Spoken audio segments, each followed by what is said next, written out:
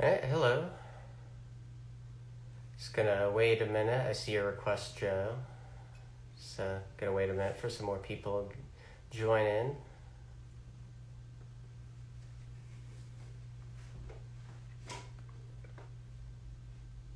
We'll just give it a little bit.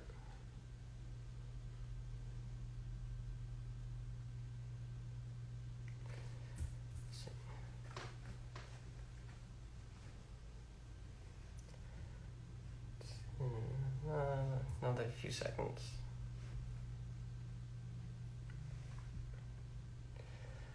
All right, now that we've got a few people, why don't we start? And Joe in.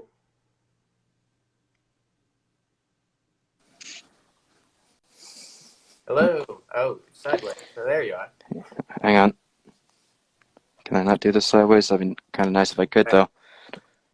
Now you're all good. Give me a second here. Sure.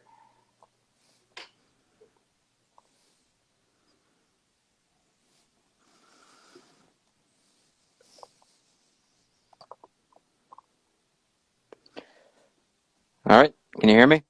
Yeah, I can hear you. I All hope right. everybody else can hear. Nice.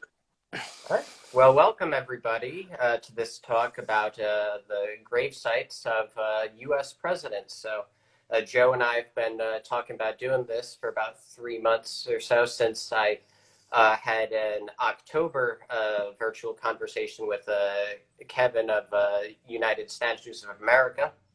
Joe Carroll here said, "Why don't we do a presidential gravesite one?" So to introduce myself, so I'm Kurt Deion. I have a bachelor's and master's degree in history, and I've been interested in the U.S. presidents since I was 7 years old. And between the ages of 8 and 19, I visited what was at the time then all 66 presidential and vice presidential burial sites for which I was interviewed on the C-SPAN program Q&A in 2015. And that was actually the same year that I connected with Joe here. He found my website that summer of 2015, I believe. And Joe's going to tell you a bit about himself. Well, my name is Joseph Carroll. I've been interested in presidents for about the same age, so since about 8, 9 years old. I first went to Lincoln's tomb, my first grave site in 2009, and then in 2015 I visited my last at the time presidential grave site, Richard Nixon.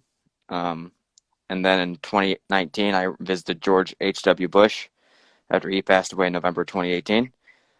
Um, and I've expanded that to more than just presidents. I've been to um, over just 220 famous grave sites. It was 219, but I discovered like 2 days ago that I actually accidentally found one that I didn't think was a grave. I told Kurt about that. Um, and it's just been a thing since. I have an associate's in communications. And I've just been interested in history basically my entire life. All right, great. So that kind of starts the ball rolling a little bit on our first topic. So you said it was 2009 you first visited the Lincoln Tomb in Springfield, Illinois. Yep.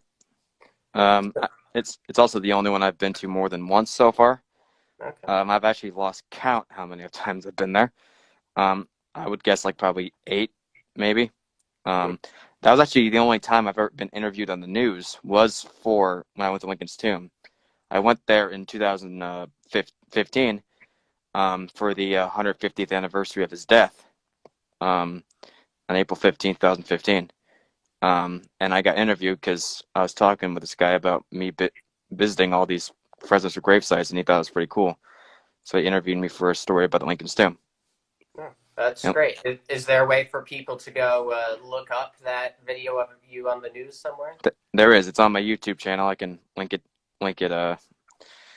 Actually, I can probably link it on this chat at some point. But Okay, sure. Or yeah, right, or post it elsewhere at some point. Yeah, whatever works. So a Yeah, I'll post question. elsewhere. Yeah, so a question. Another question related to that. So, what kind of got the ball rolling for you where you wanted to go see all of the graves? Was it that day after you visited the Lincoln tomb, or was it something that kind of snowballed over time? It wasn't with Lincoln's tomb. It was actually that next year in 2010. My dad and I visited Washington, D.C., and I visited the graves of Washington, Kennedy, Taft, and Wilson, all around that area. But that kind of got that in my head. But what really started was when later that same year we went to a trip to the Northeast, and we went through Ohio, and we accidentally went through right passed by Hayes's presidential site in Fremont, Ohio. And I'm like, you know what? Since I was by accident, now I'm going to find where all of these are. And I even started on that same trip, and I'm going to visit them all. And so since then, um, 5 years later, I visited them all, and then Bush in 2019. Right. Yeah, what I found is I feel like everybody kind of starts differently. So I visited my first two when I was 8, which are the closest ones to me being I live in Rhode Island. The closest ones to me are John and John Quincy Adams and the United First Parish Church in Quincy, Massachusetts. And I went there when I was 8. My uncle took me to them because I was interested in presidents since the year prior. And then shortly thereafter, we went on a family trip to Washington, D.C. area. So I got John F. Kennedy and Arlington National Cemetery in Virginia, and also George Washington at his estate, Mount Vernon, just outside of Alexandria. And I had those four in my collection. And then it was a few months afterward that my father was watching a program on C-SPAN. It was a rerun. So this was in December 2003 now. I turned 9. And my dad was watching a rerun of a book talk about the book I actually have right here that we subsequently got, Who's Buried in Grant's Yep. Tomb, put together by Brian Lamb and the staff of C-SPAN. Brian Lamb is the co-founder of C-SPAN, who then in turn was the person who interviewed me in 2015.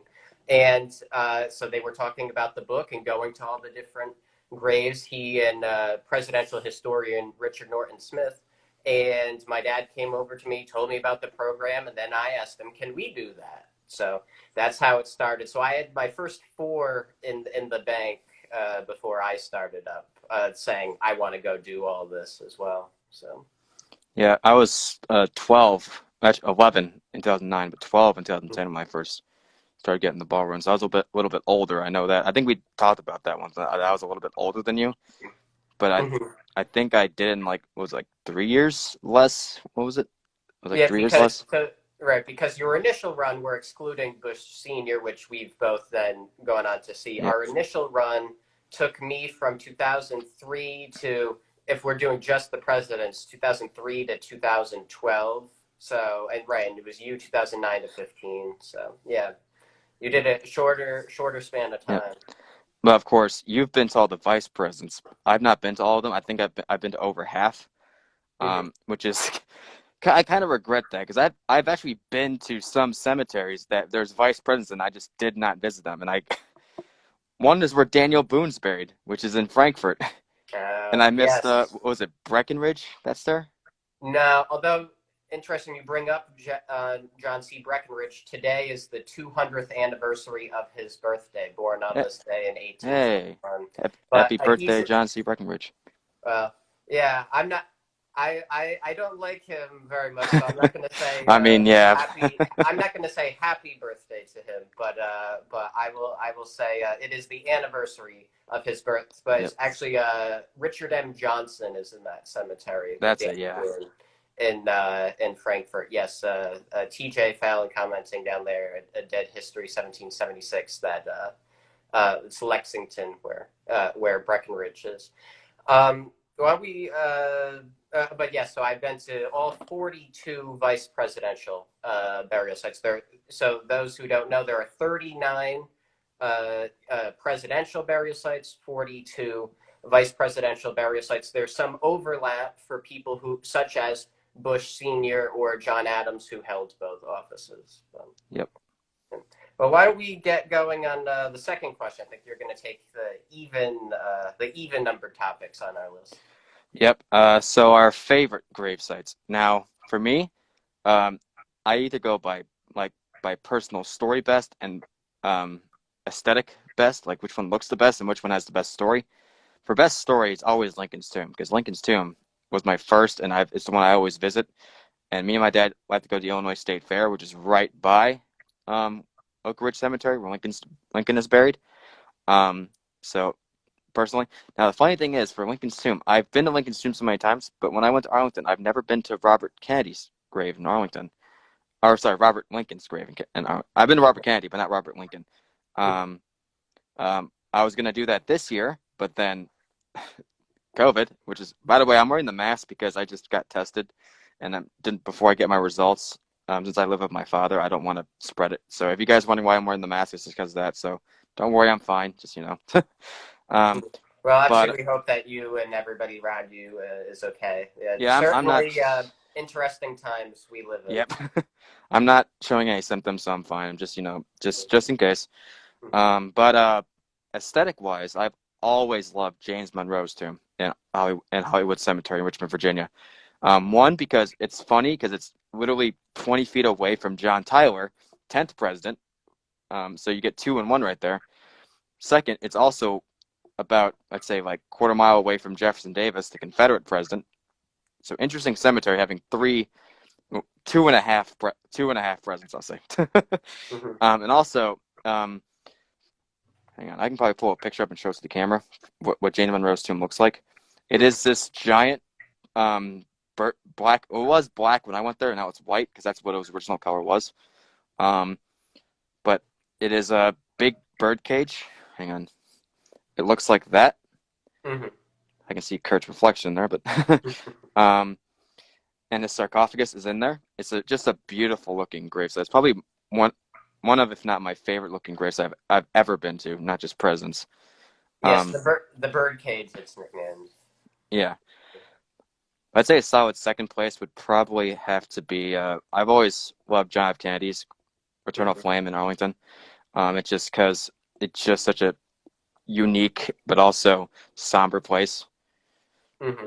Yeah. Before I move on to my answers, TJ's asking, have you been to the original Monroe gravesite in New York City before he was relocated to Virginia in 1858? No, I know I've seen pictures of the cemetery. I think I have walked by that cemetery when I went to New York. Mm-hmm. Yeah, I definitely did. But I never visited that because one, I didn't even know that he was originally buried in New York at that point because that was before I even visited his tomb in Virginia. Mm-hmm. Um, but yeah, I definitely have passed by, but I never visited. No. Yeah. Same myself. I've not been there yet. I want to. It's on my list, but the hours there are very, very limited. Very, Yeah. very limited. What, maybe one or 2 days a year they're open. Now my favorite I went to when I was 10. I've only been there once. Is the James Garfield Memorial Oh, at yep. Lakeview Cemetery in Cleveland, Ohio. And James Garfield was the second assassinated president, and usually the presidents that die in office tend to have rather extravagant graves, and Garfield's is a tomb, so it's a building. It's 180 feet high. It's made of a Berea sandstone. It has gargoyles. It has a chandelier inside that hovers over an 8 foot tall Italian marble statue of Garfield. It has mosaics, murals, and it has the interesting distinction where if you go walk downstairs into the crypt, uh, James and Lucretia Garfield, the First Lady, right there, you can see they, as Joe's showing you, they are not within sarcophagi or coffin containers, essentially. The coffins are right laid out on catafalques. So you go and you're actually looking at the actual, well, I guess they're actually caskets, not Yeah. coffins. And so you can go in there, and that was great. And then my father and I asked, so they're kind of encaged. There's a gate going around them, so you typically don't get right up next to them. But we asked the caretaker upstairs, "Can you let us within the gated area, and the gentleman took a long, long time with the keys, but he did let us inside. So I stood just inches away from the Garfield's casket. So that was quite a cool experience. So that would be my personal favorite grave. Yeah, I saw that picture of you on your website of you inside the cage. Of course, I've never been inside the cage. Though, funny story about being inside something. My latest visit to Lincoln's Tomb was the first time I actually ever explored the rest of Oak Ridge Cemetery, because there's some other famous people buried there too. A lot of Illinois governors. The Mm-hmm. first Illinois territorial governors buried there, Ninian Edwards, and the last person who saw Lincoln's face is also buried right next to Lincoln's tomb. His name's Fleetwood Lindley.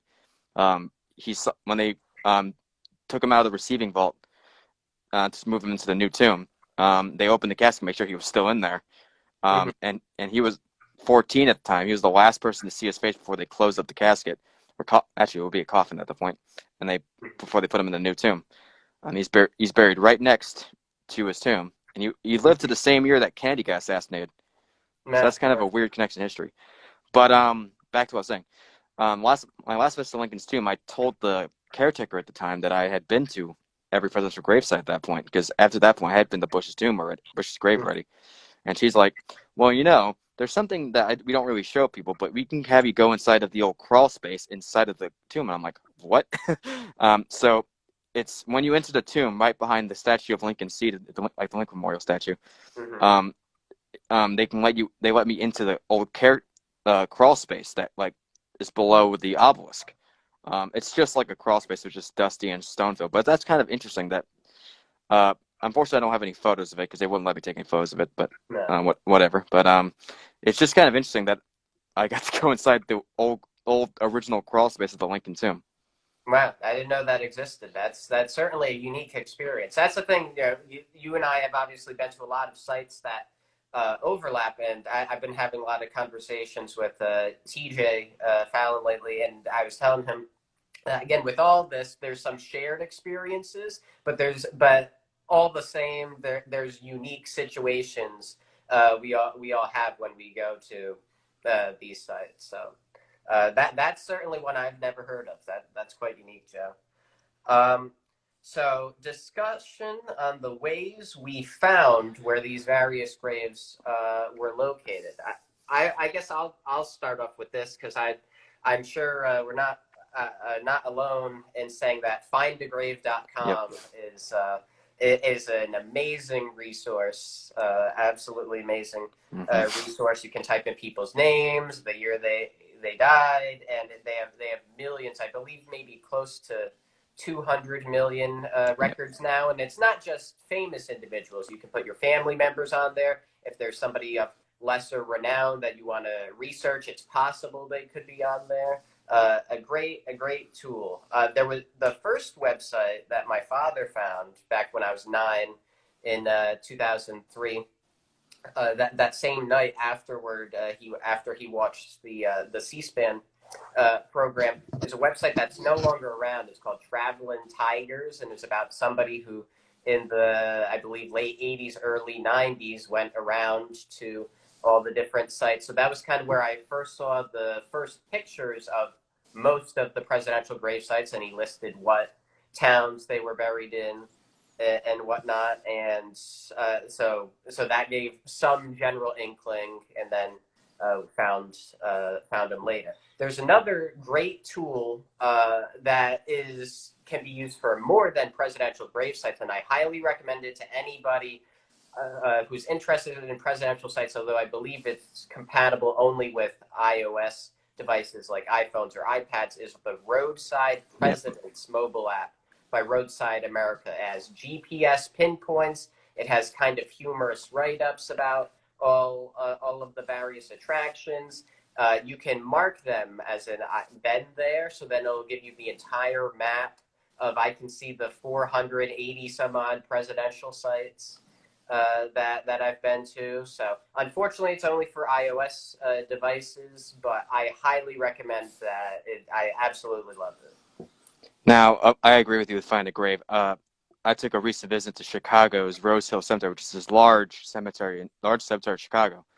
And there's a lot of famous business moguls, architects, and some actors and actresses buried in that cemetery, along with Vice President Charles Dawes is also buried in that cemetery. Um, and let me tell you, that cemetery does not want you seeing people. They're one of the like a forest lawn Glendale where they will not tell you anything. So finding a grave really helped me there because I just was able to make a map on Google Maps, just make like a road map to GPS pinpoint every grave I was going to see on that thing. The only problem is with the mausoleums because that's kind of hard to do because they don't mark anything in the mausoleum there. But that wasn't too hard. I only need to find 4 people, and 3 of them are like right there. So, but for me, I used a lot of books as well. One book I can recommend this book to anyone. It's a book called Where Are They Buried and How Did They Die by Tad Benoit. In fact, I have had this book so long that I've had 3 versions of this book. This is my first version, as you can tell. It's been used, and the second version, which also been used, and I have the newest version right here because these 2 are getting kind of old. This book is not about just presidents, of course. In fact, I think there's only one president in here. I think it's Kennedy. It's all about celebrities and historical figures, and they tell you where they're buried, how to get to them in the cemetery. It's not like GPS coordinates, but they tell you the instructions. It's like an old Trivago thing, not Trivago, whatever MapQuest. But of course, like we both showed, Who's Buried in Grant's Tomb is also a good book to use for President's Gravesites. It does need an update because it doesn't have Ford or Bush in there. And Reagan's is still kind of new in there too because the book was released, I think, shortly after Reagan died. Yeah, it's gone through a few iterations because I believe the original version might have been released around 1999 or 2000. I think you and I might have. I believe this might be the second edition, and then Yeah. then I believe they did update something out after that. But it would need more updating. And I'm with you on copies. This is held together with Scotch tape, which Mine's not my that bad. archivist friends wouldn't like, but this is just for my personal use. And one more book, and this is my most recent book. I own 2 of these because one is signed by the author because I originally was going to have a photo in this book, but they decided to use one from the library instead, which is whatever. It's The President is Dead by Louis Pacone. It's not just it's the most updated one because it has Bush in here as well. But it's not just about gravesites; it's also about their deaths, their funerals, and of course their final resting places and stuff like that. So it's an absolutely amazing book. That I highly recommend this. It's like this book, but on steroids. Honestly, it's really good. Yeah, Lewis is great. I actually met him a few years ago. So we both traveled down from our respective states to see the unveiling of waysides at the James Garfield assassination site in 2018 on the anniversary near the National Mall. And so I met him there. So he actually did some work, I believe, on the waysides, and we got to talking. And he actually had recognized me a little bit, kind of loosely from my C-SPAN interview. So that was interesting. And then, this author who's done these different presidential books slightly knows who I am. So that was kind of cool. So I haven't read his whole book, admittedly, yet. I've been I've had it for a while, the ebook version, but I've done some skimming, and I agree he's very, very thorough. And what little I have read so far filled in a lot of gaps for me. So even though having not fully read it yet, I join your recommendation. And then we've kind of combined topics here, which is final cut down on time a little bit because we had a segment on books. So I'm going to throw in this book that's exclusively on one tomb, and it is The Property of the Nation by Matthew R. Costello. He's a historian with the White House Historical Association, my dream job organization, where I would very much like to work someday. So it's called, the full title is The Property of the Nation, George Washington's Tomb, Mount Vernon, and the Memory of the First President. And it talks about all sorts of aspects of Washington's tomb when they were trying to relocate his body, possibly to the Capitol, competing factions, those who wanted to keep him in Virginia as a Virginia native, those who thought he belonged to the whole country, trying to democratize the memory of Washington and his body, the actual construction of the tomb, what I found really interesting was the accounts of enslaved people giving tours of the tomb and using and trying to not always factual and correct to themselves, not necessarily their own story. Some of them they had gotten from ancestors or old acquaintances who had passed on, but telling stories near the tomb of how they knew George Washington, and then they would get gratuities from people sometimes, and they were themselves near the tomb of Washington trying to use his memory to capitalize and enhance their unfortunate enslavement situations at Mount Vernon. So all sorts of aspects of Washington's tomb. So I highly recommend that book, The Property of the Nation by Matthew R. Costello. I've never read that book, so now you gave me a book to get. There you go. Now, from what I But realize, there's no actual books about Lincoln's tomb. There's a lot of books about his death, of course, because mhm, assassination and his funeral. There's no really books about his tomb. At least not books you can read. There's a lot of picture books, like coffee table books. I own one. I don't remember where I put it, but um, that seems kind of weird that Lincoln's tomb, which is such a prominent tomb in Illinois, and mhm, not only Illinois symbol but a U.S. symbol as well. It's such a prominent tomb that it would not have a book. Because Washington's tomb, of course, I definitely understand why that has a book like that, because the story of Washington's death and burial is a quite interesting story. Um, it's up there with the stories of like Jefferson's burial as well. Lincoln's burial is of course up there, and of course a lot of Kennedy's burial was pretty interesting too, and Zachary Taylor's because he got exhumed in the 1990s because they thought his someone poisoned him, and they ended up finding that they didn't. yeah. But yeah, no books on Lincoln's tomb, which is kind of weird. I'll have to look more into it, but yeah, there's a lot of ways you can go with that. The original construction of it, the reconstruction, of course. I know there is a book about, or at least one book. I'm sure there are multiple about stealing Lincoln's Yeah. body in 1876. I'm sure there's ways to talk about just like how Matthew Costello in the Washington book talks about how people kind of then molded Washington's legacy, kind of how the ways that Lincoln's legacy got mythologized a bit, because I believe that most people agree he's one of the greatest, if not the greatest presidents, but sometimes does he get a little too much credit in some areas, particularly about slavery? And I think it's about giving Lincoln credit for what he did do, but also acknowledging all the contributions that other people made, including enslaved people themselves, free black people, abolitionists advocating, and it kind of oftentimes it gets boiled down to just Lincoln, and I feel that with that the slavery and also preserving the Union, and I feel like the grandiosity of the Lincoln tomb kind of symbolizes a lot of that. So I think there's a lot that would be a very interesting book. I agree. Look, a comparable book to Costello's if they went the same route. Yeah. All right. I think we're going to go on to topic 4, which is Mm-hmm. the future graves of living presidents. Now, of course, at the moment there are 5 living well, 5 about to be 6 in 4 days actually. Carter, Clinton, Bush Jr., Obama, Trump, and Biden in 4 days. Mm-hmm. Um, Carter's probably the one we know the most about because he's talked about it. And Carter's going to be buried in Plains, Georgia, his hometown, where he's lived basically his entire life, exception of in the White House. And he's still, of course, still alive today, 96 years old. Um, um, and of course, when you get up there and they're in age, people start thinking about, well, it's getting there. A lot of people think he should be buried. I know I've heard some people say he should be buried in his library in Atlanta, but I think it makes more sense to be buried in Plains because that's his home. It makes sense that he would be buried in his hometown. From what I've heard, if I remember right, I've not looked it up in a while. It's something about him being buried on his compound in where he lives right now, I believe. I can add to that.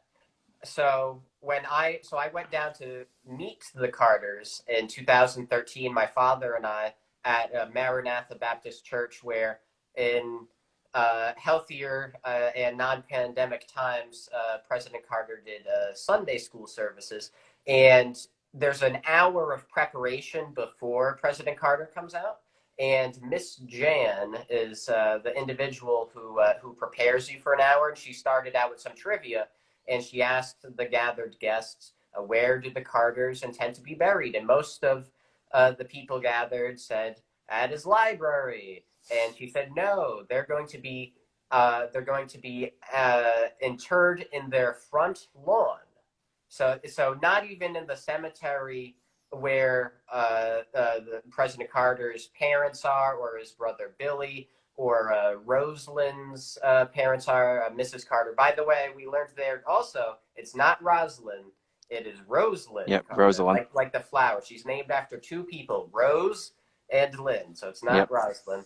So Miss Jan told us the Carters are going to be buried in their front lawn. So that makes me think, though, when one of them, I hope they live to be 200, but when one of them passes away, that makes me think that the gravesite will not be accessible, I'm thinking, until both pass away, unless one goes into some sort of facility away from their home, because it would still be otherwise a private residence. So, but Yeah. their front lawn in the little town of Plains, Georgia, near Americus. Yep. Because for some people, the last president who passed away was President Bush, and also his wife Barbara, First Lady Barbara Bush, also passed away that same year, just before Bush. And they're both buried at their library in College Station, Texas. There's a little not enclave, there's a little section just outside the library, past the pool, where you walk to their gravesite, and they're buried both there with their um, daughter Robin, who passed away at a young age, who's been buried there for quite a while. She was the only grave there until 2018, of course, because they didn't pass away in 2018. So that's what we mean by if they're buried at the library. A lot of presidents past Hoover passed, are buried at the library. Um, in fact, I think only two aren't, if I remember right, Johnson and Kennedy. Right. Yeah. Technically, Ford as well, because he has the distinction Well, of yeah. his library and his museum are separate entities, and Yep. he's interred with Mrs. Ford at the museum in Grand Rapids and the archives, the library, quote unquote, in Ann Arbor, Yep. Michigan. So, but that's kind of splitting hairs for our Yeah. purposes here. But right, Johnson and Kennedy. Now, the only other one I think we have absolute definitive knowledge of at this point is George W. Bush. I believe it was Tim Bash commented down there that he's going to be interred at his presidential library in Dallas, Texas. And that did not used to be the case. Yep. Originally, he and First Lady Laura Bush had a plot staked out at the Texas State Cemetery in Austin, where Governor John Connally is interred, Barbara Jordan, Stephen Austin. And so they had a plot there, but then with the recent passings of his mother and father, he really liked the situation with the gravesite at the library. Thought it kind of completed the full picture. So he and First Lady Laura Bush changed their minds and decided that they would now, instead of being in Austin at that cemetery, would also like to eventually be interred at their library in Dallas. Yep. Now, oh, go ahead. I visited his library in 2013. At that point, of course, 2015. My bad, 2015, because 2013 is when it was opened. And I think that from what I saw there, they do have a little section like cut off a little bit, like in the courtyard of the library, if they wish to be, like kind of like how Harry Truman is, if they intend to be buried there. But at that point, I guarantee they're still at Texas State Cemetery, because that was 3 years before they passed away. But I'm pretty sure, if I remember right, I think almost every library has like a section placed off if they do want to be buried there, if they choose to. Because I know that's such a good segue to the Clintons. I know for a fact the Clintons do have a section set away from their library if they wish to be buried there, which, knowing that might happen in Little Rock, Arkansas, since they're both from Arkansas. I've also heard New York is a possible option, because they have such ties to New York now. But the Clintons being buried in New York or Arkansas are probably the two best options. I agree. I think it's very safe to assume, I don't know if it would be at a library someday or in the cemetery with his son Bo or his daughter that died young or his first wife. I don't know exactly. Speculate, especially since he's not even technically president yet for another 4 days. But I think everybody can say with confidence Joe Biden someday in the future would be in Delaware. Very confident Donald Trump will be in Florida as opposed to New York, although that's where historically he's been from, New York. Very confident Trump would be in Florida someday.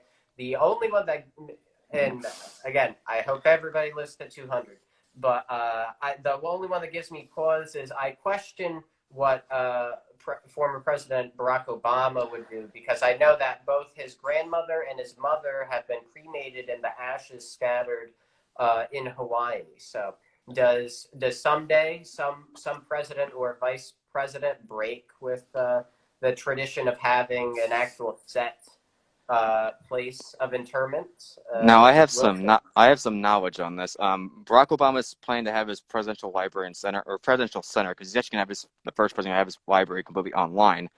Um, mm-hmm. it's going to be in Chicago, Illinois. They are having some weird construction and like zoning issues with it. That's a whole nother story for another time. Just say it's not even started construction yet, but it's planning in Jackson Park in Chicago, Illinois. Now, the only problem with now, if Barack Obama does choose to be buried in Chicago, which is historically his hometown, um, the only problem with it is that Chicago has a law saying that you cannot be buried in a public area without a like very special case permit, which is why Stephen Douglas is fine to be buried where he is in South Chicago. Now, Mm-hmm. there is a cemetery near Jackson Park called Oak Hill Cemetery. It has a lot of famous people, like famous Olympian Jesse Owens is buried there. Famous civil rights activist Ida Wells is buried there. It's a very historically African American cemetery, and that would seem like a viable option if Obama would choose to be buried near his library. Would be an Oak Hill Cemetery in Chicago. But like you said, has historically had relatives who have been cremated and ashes scattered in Hawaii. Mm-hmm. I personally don't see that happening, him having his ashes scattered in Hawaii. It's definitely possible because I think Michelle Obama would have a kind of an issue with that because was born in Chicago, and I think she would want to be buried in Chicago with presumably with her husband. So I think I would definitely see more Obama being buried in Chicago, but it more than likely won't be at his library or Well, his again, museum. being the Obamas being in their 50s and very much hoping to meet them someday, I hope that they don't have to even think Yeah. about such a scenario for many, many, many, many, many, many Yep. years. But again, part of what me in visiting some of the graves is I didn't have a chance to meet Abraham Lincoln, but because he died in 1865 and I was born in 1994, so there was no chance of that. I couldn't go talk with John F. Kennedy or Eleanor Roosevelt, but so kind of the graves in a sense is as close as you can get physically. Yep. So it's been great to be able to meet some individuals in person, and hopefully someday in a post-pandemic world, the Obamas would be at the top of my list of Yep. people. You want, in the interest of time, are you okay skipping over the other president stuff, such as Davis and the Canadian prime ministers? Yeah. I will just mention that when we were talking about that, we're going to talk about like, some of the like other like presidents who are buried, like Jefferson Davis, Confederate president. I put Canadian prime ministers on there because I was just starting. I did kind of start that goal like last year. The only one I want to mention is a guy named David Rice Atchison. If you guys don't know who about this guy is, he was president pro tempore in 1849 when James K. Polk was just about to leave the presidency and let Zachary Taylor get inaugurated. But that inauguration date was on March 4th, 1849, which was a Sunday, and Zachary Taylor refused to get inaugurated on the Lord's Day. So instead, since technically James K. Polk could not be president anymore, they had to have like an acting president. This wasn't ever official, by the way. This is just kind of all technically it happened, which means that since the president and the vice president and the speaker were all out, that means that the only person left was David Rice Atchison, who was the president pro tempore. So he was technically the president of the United States for one day. Well, I'm gonna throw in I'm gonna align with most of that. I'm gonna throw in the historical caveat of why that's not the case. So it's been popularized and everything, but the problem is his term as Senate a president pro tempore of the Senate also expired. Yeah, So he was not even president pro yeah, tem. So the constitutional scholarly logic is that the oath is needed in order to yep, execute the powers, not hold the office. So at noon on March 4th, Polk was out, Taylor was yep, in. He just technically didn't do yep, anything for a day, didn't take the oath. So it's it's a very interesting historical story and caveat, but it doesn't hold weight. But his yep, grave does say president for one day, so it's been yep. perpetuated, It's a certainly. it's a fun little tale, just to like, just a little historical curiosity. It's one of those little historical curiosities.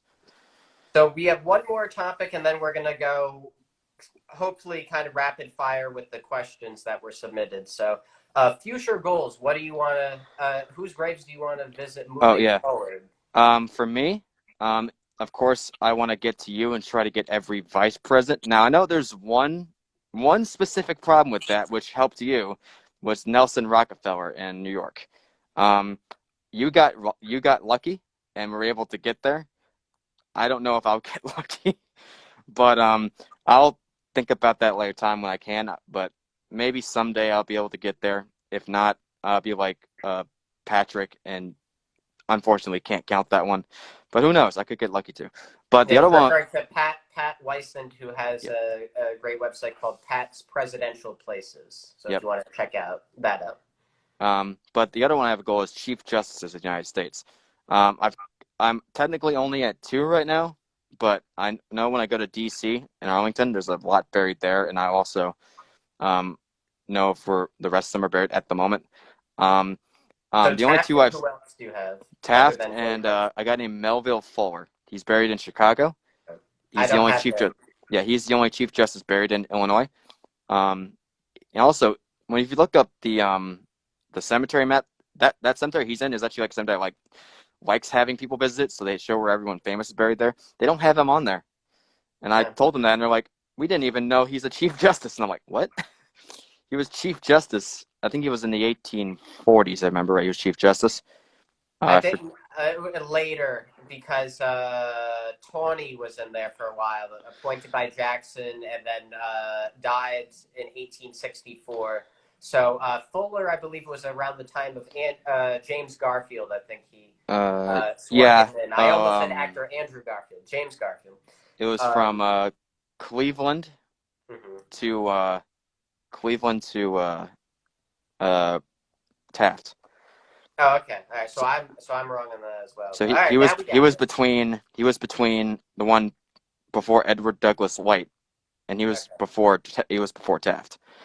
Okay. Um, but yeah, Chief Justice was the one I wanted to get to because that just seemed like the next step. Because President, Vice President, and Chief Justice. Because I was gonna go speakers, but speakers is a bit harder because there's a lot of them. Um, Mhm. and I could also try everything, but Chief Justice seemed like the next step for that.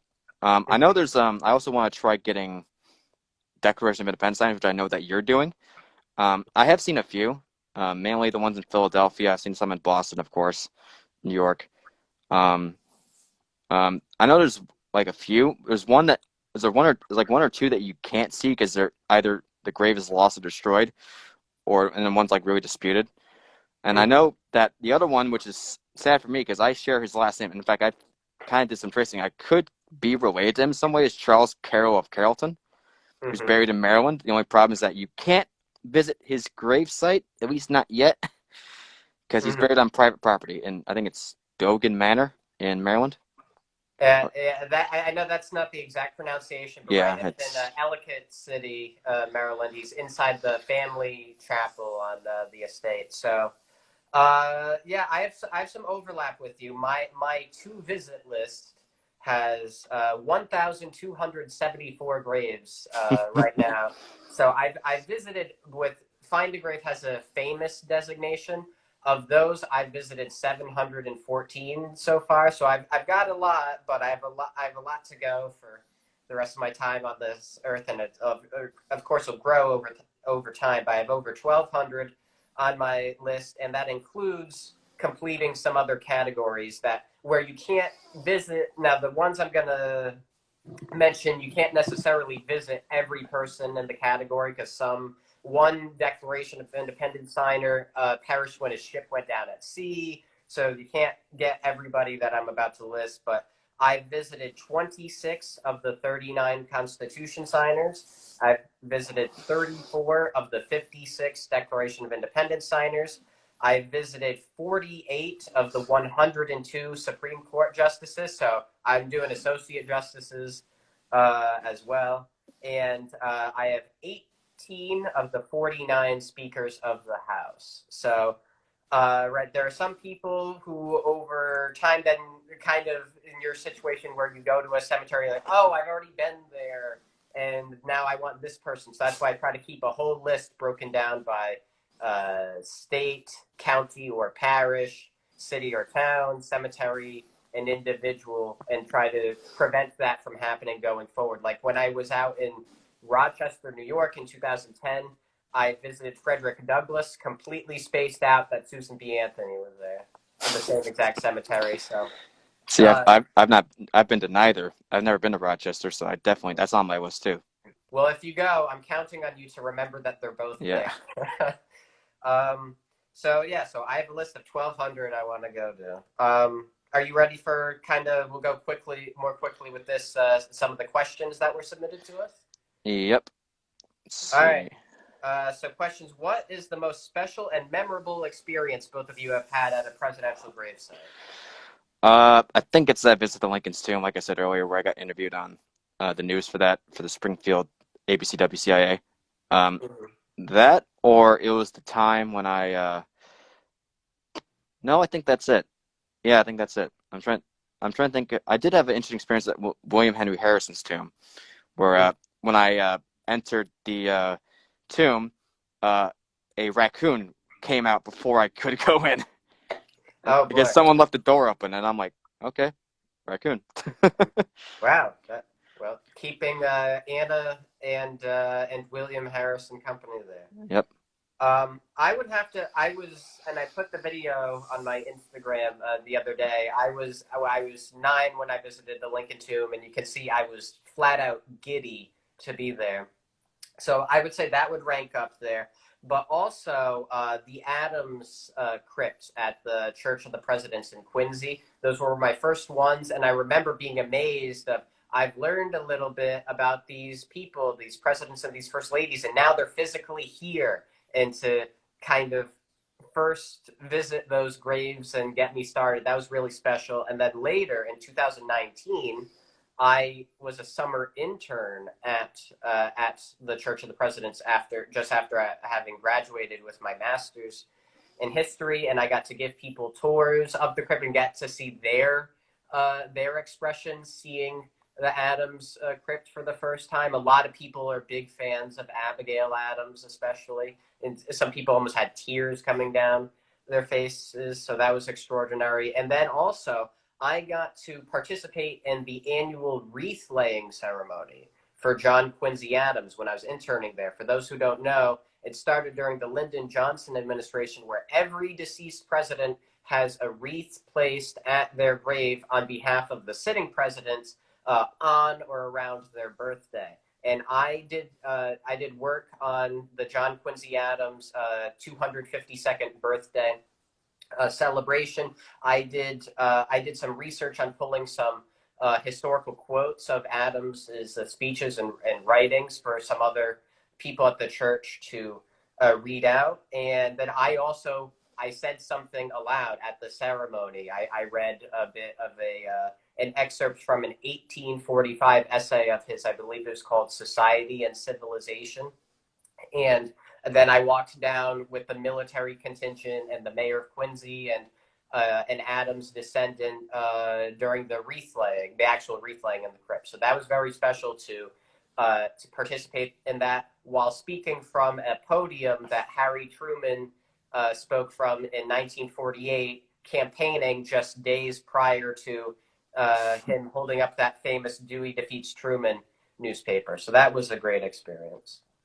All right. Most challenging presidential gravesite to get to, I think I can just cover this Yeah. by myself unless you have anything to add, is I think a lot of Uh, it depends on just where you're located in the country. I think the two in California, Nixon and Reagan, are the farthest away from a lot of people, unless you live in that area of the country. But there's none that are, they're all easy to find with address in this day and age. It's not, pre 90s or something, perhaps more difficult. But there's books, there's GPS on Find a Grave, there's the internet. Nobody's difficult to find. It's just about what you have access to based on your location, your financial circumstances, your ability to get time off from work or school, that kind of thing. Now I know I got a question that said funniest looking tombstones. Now for presidents wise, none of them are really funny looking. Mm-hmm. There's some interesting ones, like I said, with James Monroe, and he said with James Garfield. But I'd say for graves overall, um, in Chicago, there's a lot of architects buried in this one cemetery called Graceland. And one is Bruce Goff. I forget exactly what he designed, but I know I've heard his name before. But his tomb looks like this. It's a very interesting, like Art Deco style grave with Mm-hmm. with a but there's like this weird green stone that was placed on top of his actual like bronze plaque, and I don't know what that is. Um, it's not some like rare gem. I don't know. I think it's just a glass thing, but I don't know why that's there. But that I always remember that because I passed by that a few times in that cemetery, and I always wondered, interesting, but why? Mm-hmm. Well, that's something. Um, I think we're going to be running out of time in a few minutes. So just to finish up quickly, least popular or least visited, I'm going to say probably James Buchanan in Lancaster, Pennsylvania, or Martin Van Buren in Kinderhook, New York. I'd say Martin Van Buren as well. I also would say Calvin Coolidge in Plymouth Notch because that's a very remote area of Vermont. So that's probably not as visited as much. But I agree with you, Martin Van Buren. But I think they're trying to make that easier to distinguish now. But when I went there, it was you couldn't even read the headstone anymore. But Yeah, I think they've done some fixing up there, I believe. I've been back a couple of times. Let's see. What's the largest number of president graves an ambitious person could visit in one day, and who are they? I'm gonna say probably five if you're ambitious. I'm gonna say Woodrow Wilson in Washington D.C. You go over the river to get William Howard Taft and John F. Kennedy in Arlington National Cemetery.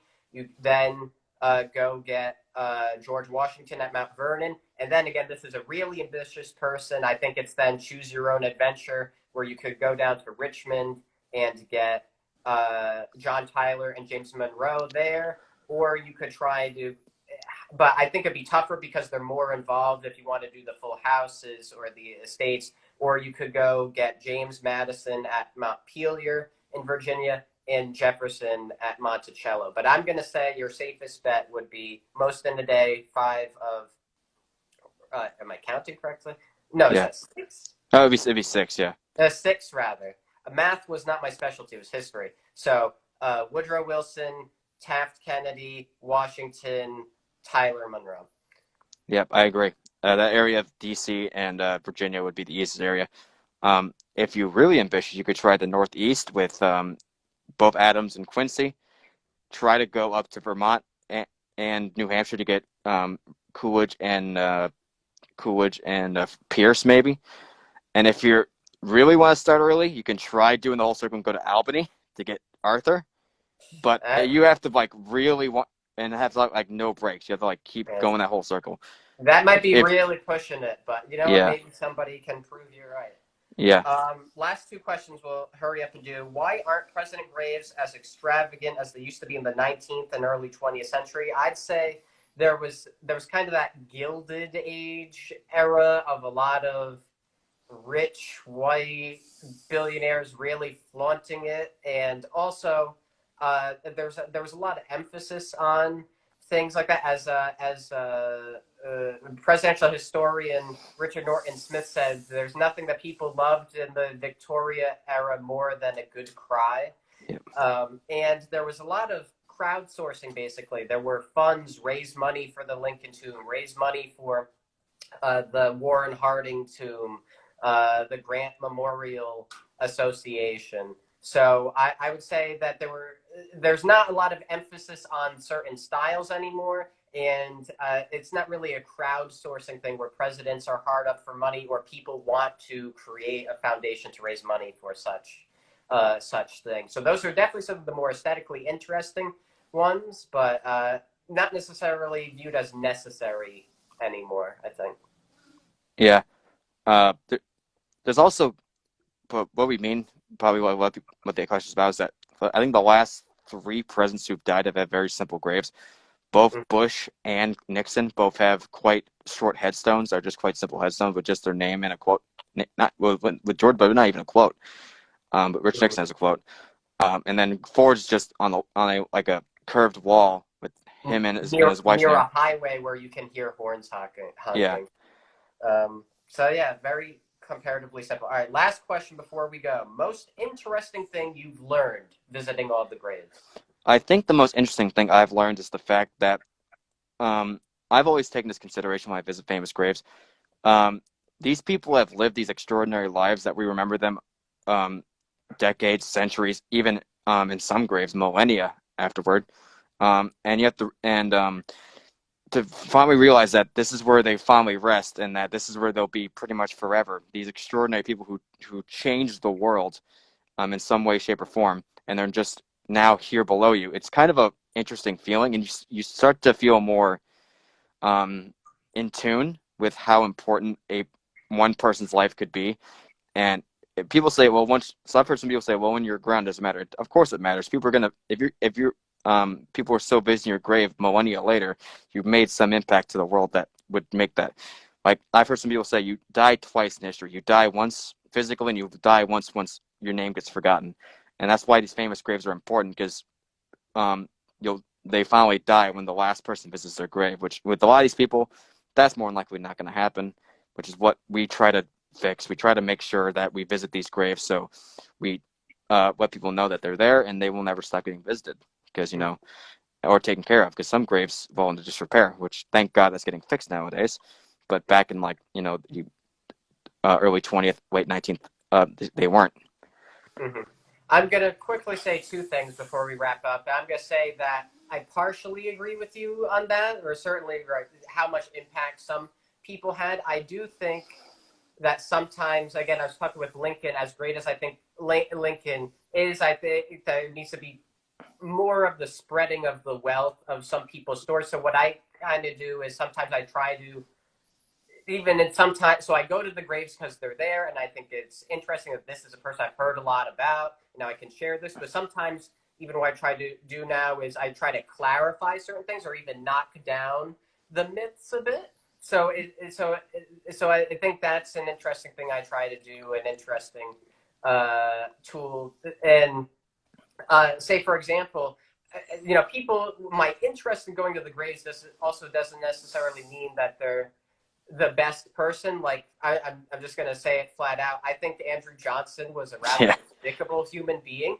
He has one of my favorite president graves, but what he did in terms of civil rights and his various vetoes, and the expert on him, historian Eric Foner, will tell you that he's probably the most racist president we've had. But so if I post about him someday, I'm gonna lay out that sort of stuff, and so I think it's interesting to see how they ended up and what ways are they remembered. How did they want to be remembered? For those who chose their grave sites, how did we want to remember them? Say with Lincoln. Lincoln didn't say, I want a big obelisk with all these statues and everything. That's how we chose to represent him in his final form. So there's that. And a lot of towns, I think, still really embrace these people. Like there are things named after Andrew Johnson there in Greenville, Tennessee, where he is. And a lot of time, there's a lot of emphasis on this person is just great just because they reached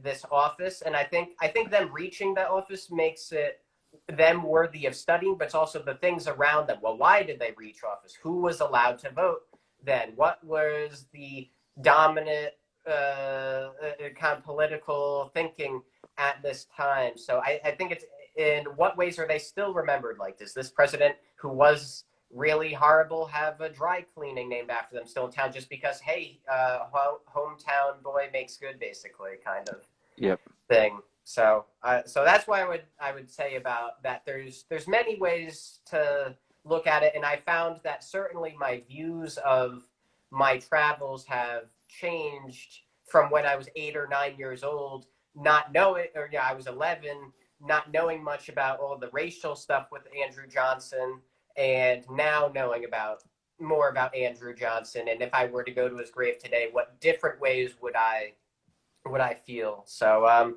and that's also again why I try to spread some things. I want to go to more civil rights people's grave, more women's suffrage people's graves. I also go again. I do go to the graves of some not so nice people: Lee Harvey Oswald, John Wilkes Booth, whatnot. Yep. But And I've been to like John Dillinger and Al Capone and stuff like that. yeah. So yeah, there's always, as long as they have a grave, I think we're both gonna visit them and tell their stories, the good, the bad, and the ugly. The famous, infamous, and the noteworthy is this book. That's his book's subcaption. The famous, infamous, and noteworthy. All right. Well, I think we should wrap this up. It's been an hour, so thank you for those of us who have hung in this whole time. Those of you have been here for parts of it and whatnot. So, Joe, where can people find you? What do you want people to know? You can find me here on Instagram at Gravehunter Joe. That works. I also have a YouTube channel called Joe Spades, no space. That's where you can find a lot of my old travel videos. There's also a documentary trailer for a documentary I was gonna make. Well, I am still gonna make, but don't watch that. I'm holding that off until the pandemic ends because I still need footage from my DC trip, which I was gonna do this year, but but yeah, here on Instagram at Gravehunter Joe or Joe Spades. You can also find a video. I have a video on my channel about where the presidential gravesites are, and also my personal journey. I made a video about my own personal journey as well on Yeah, there. great. I know they can find you here, but where else can they find you, Kurt?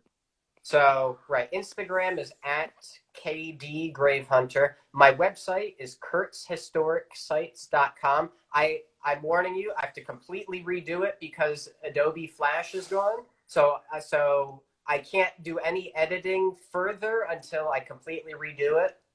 And also, it looks terrible at the moment on mobile devices. So check it out on the laptop or desktop. But eventually, once I totally rebuild it, kurtzhistoricsite.com. I'm hoping it'll look good on mobile. My C-SPAN interview is still on the C-SPAN website. I believe if you Google my name, Kurt Deion, it's actually the first hit it'll come up, or you can see it on there. And I'm also working on hoping down the stretch you can read a memoir about my various travels, how I got locked in 3 cemeteries on one trip, one on purpose. How did I get Nelson Rockefeller's grave, the vice president other people can't seem to get to?